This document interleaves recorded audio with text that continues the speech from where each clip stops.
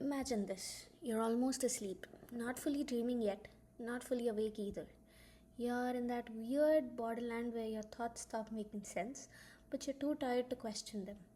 Maybe you're thinking about tomorrow. Maybe you're thinking about food. Maybe a penguin has appeared in your half dream and is calmly asking for your tax documents. Then suddenly, bang.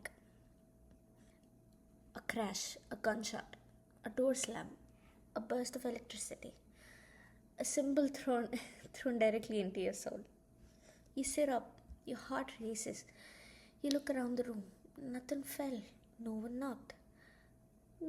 Nobody else heard anything. The room is peaceful, which somehow makes it more insulting.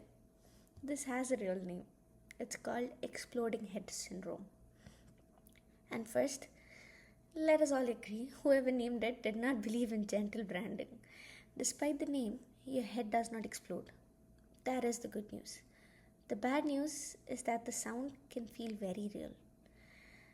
Exploding head syndrome is a sleep related phenomenon where a person hears a sudden, loud, imagined noise while falling asleep or waking up.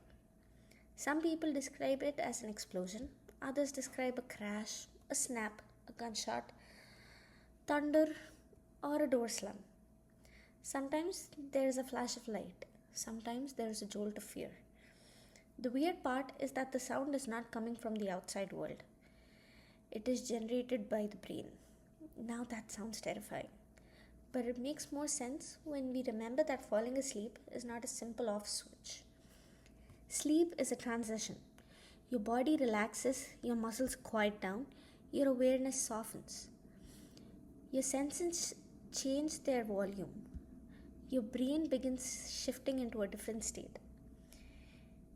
It is less like turning off a lamp and more like shutting down a giant building. One floor turns off the light, another floor locks the door. Someone in accounting is still printing. The elevator is confused. Security forgot the basement. Most nights the shutdown is smooth. It is smooth enough that you do not notice it. But sometimes during the transition, the brain seems to misfire. One idea is that the parts of the auditory system may activate suddenly as the brain is moving towards sleep. Instead of gently fading, the sound system throws one dramatic final noise into consciousness. Like your brain's audio department going, before we close, one last performance. That is why it can feel external. You're not choosing to imagine the sound. You're not sitting there thinking, you know what would be relaxing? A cannon. It arrives. That is what makes it scary. But here is the important part.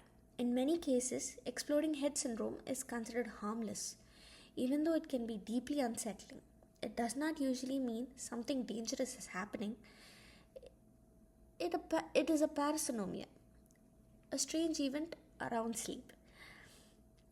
The fear often comes from not knowing what it is.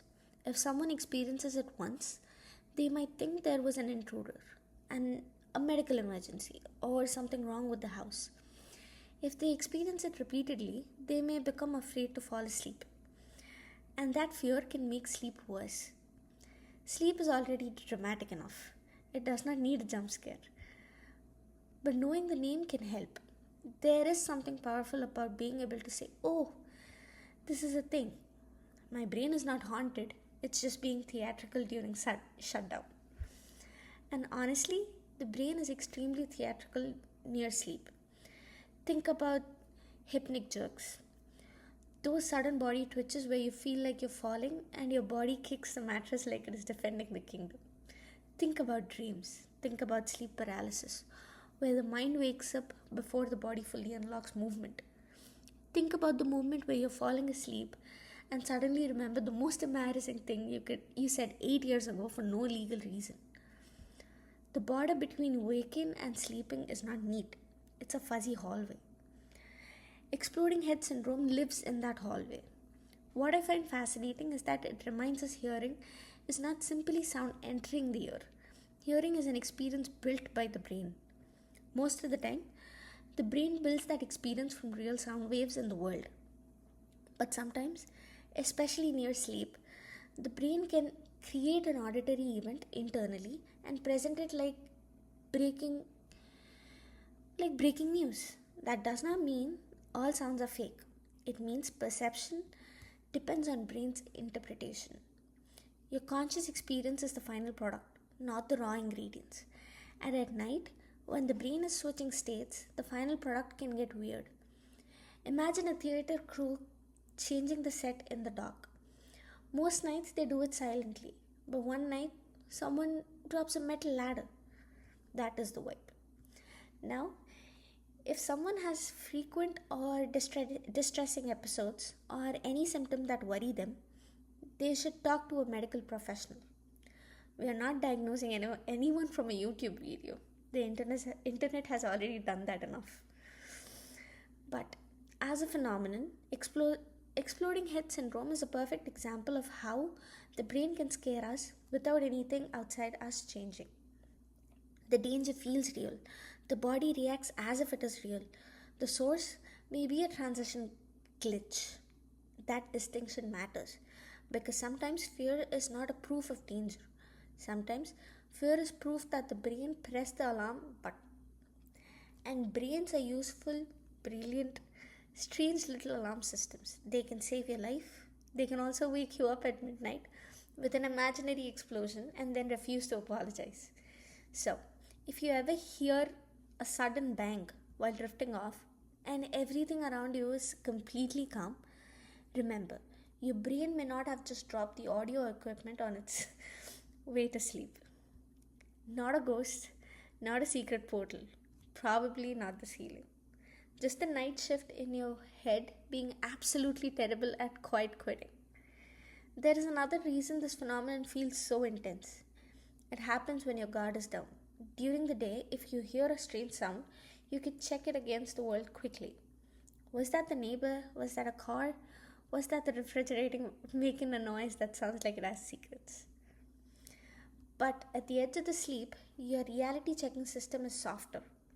You're partly awake, partly drifting, and your brain is already letting dream logic into the building.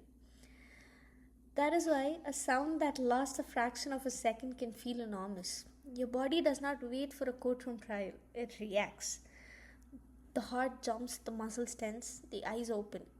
The fear is real, even if the sound is internally generated. And that distinction is important for so many brain experiences.